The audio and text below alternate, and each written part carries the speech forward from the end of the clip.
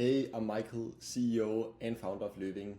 In this case study, I'll walk you through exactly how we took Wild Distillery for 4K a month to 67K a month in just 3 months. So we used our A3A method, and I'll just walk you through month 1, month 2, month 3, and then I'll also show you like some actual CRO changes we made, some actual like ads we created, and also some email stuff. Okay, let's jump straight into it. So we got onboarded October 2024, and the performance was really dead. Summer was out of the way, and they had a great summer season, especially compared to the fall. And yeah, the shop weren't performing. So in our A3A method, maybe you know a little bit about it, but month number 1 is not where we see the crazy results. This is where we do the onboarding in depth so that we know everything about the brand. We set up the tracking software so that we have more data when we move forward. With more data, we can make better database decisions, and we'll just see improved results in the future. Then we implemented our CRO framework on the website, which will give a massive conversion rate uplift and will also give an increase in the AOV.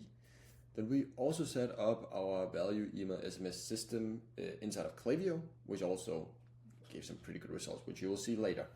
Once that's done, we published our Metascaling Codex, and this goes live with very aggressive testing. So aggressive testing just means that we're testing out a lot of different stuff in the beginning to find out what works.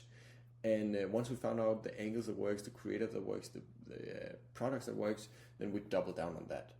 Let's fast forward 1 month, because then you can really see the results of the CRO framework and all the other stuff. So November 2024, a crazy increase in conversion rate.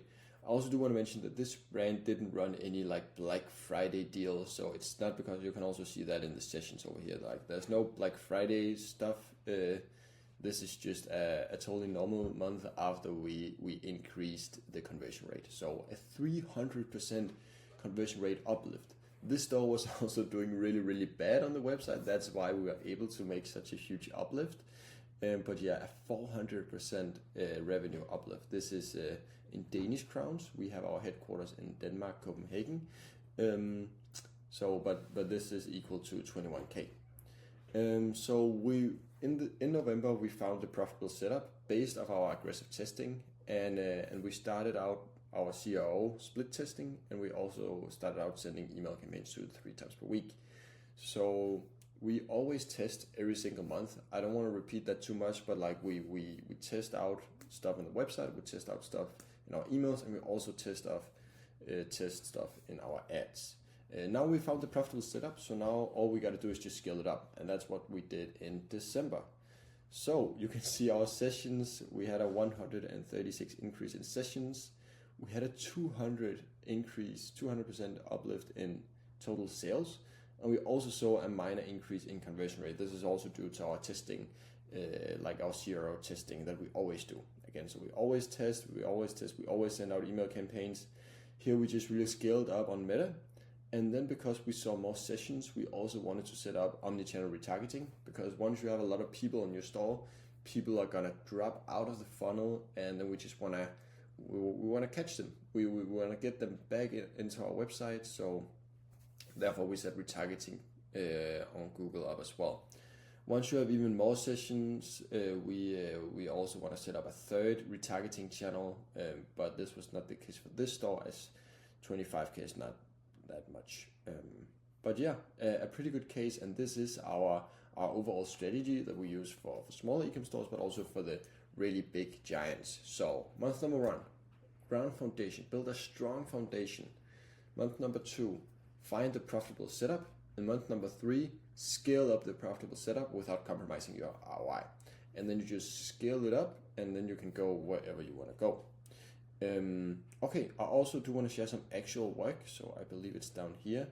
This is some CRO work, and this is not perfect, but this is like the CRO framework that we implemented. So they had a really awful product page, and we just optimized it. We set up some USPs. We optimized, like you can see the quantities. It's really bad down here. It doesn't look premium at all, and this is a premium brand. Then we put in some, this is Trustpilot, so this is a review platform which is the most known one in Denmark. So we added them under the buy button. When people are thinking about adding to a cart, it's all about trust, and then it's really important to have like some sort of reviews and some sort of trust building. This is not a perfect product page, so right now if you go to the website right now, this is not the actual product page that is live, because we keep on testing. We keep on testing, and we find the best product page that we can build, and yeah, but this just performed way better than the other product page. By a rule of thumb, we want to focus on the product page at first, the collection page, the checkout, all of these pages where we see the most amount of traffic. We also did optimize the navigation. The navigation was awful, so this is a drop down when you hover over shop. We updated it to a way better navigation where people could like find the different products, the different categories with like gin, vodka, and different liquor. When we look at the ads, I just wanted to also go through our aggressive testing. So this is some of the stuff we tested in our aggressive testing once we published the scaling codex. We tested what product to advertise. So this was actually a little bit weird. This is not the normal scenario, but normally it's just straight up the best selling product that also will perform best in the ads. For this brand, they had this one best selling product, but it was really only for people who already knew the brand, so it didn't perform well at all when we were looking at acquiring new customers. So that was pretty odd, but then we found some other profitable products that we used in our marketing. We test out creatives, we test out whether or not we should use graphics, we tested out where we should send the traffic, should we send them to a collection page versus a product page. We got all the answers, and then we ran some ads. These are just some of the creatives we ran. We ran some gin, Hornslet gin. This is like a collaboration with an artist. And then we ran some seasonal based liquor. I'm not a liquor expert, so it's tough for me to say a lot about this, but basically they had season based products. So this was in the winter, so we ran with a cherry liquor. Then in the summer we ran with a strawberry liquor. Also, this is in December. We saw the really good results. So some people might think, oh well, it's December. That's solely why. So I just wanted to show you like last year what happened in the ads manager. So this is a screenshot from Wild Distillery ads manager in 2023. They were spending approximately 2K on ads, and they had a ROAS on 0.33, 7 conversions, really awful results. Then this is us in 2024. This is our ads. You can see like the living tags.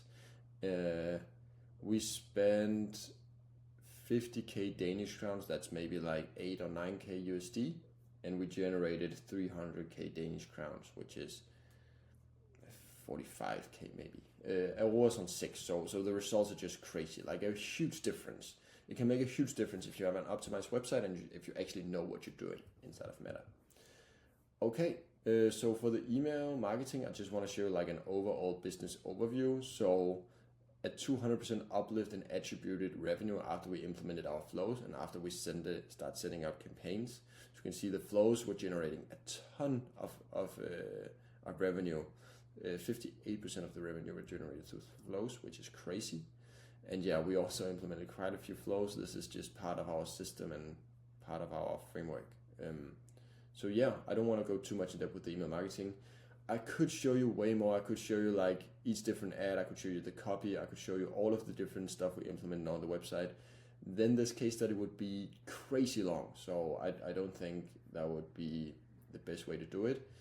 If you like this case study and if you want to scale your e-com store, I highly suggest you to scroll down a little bit. You should see a button where you can book in a call with either me or one from my team. And from there, we'll simply just jump on a call. We'll find out whether or not we were able to help you scale your e-com store. And yeah, we would just take it from there. So go ahead, scroll down, book in a call, and I will see you on the call. Bye-bye.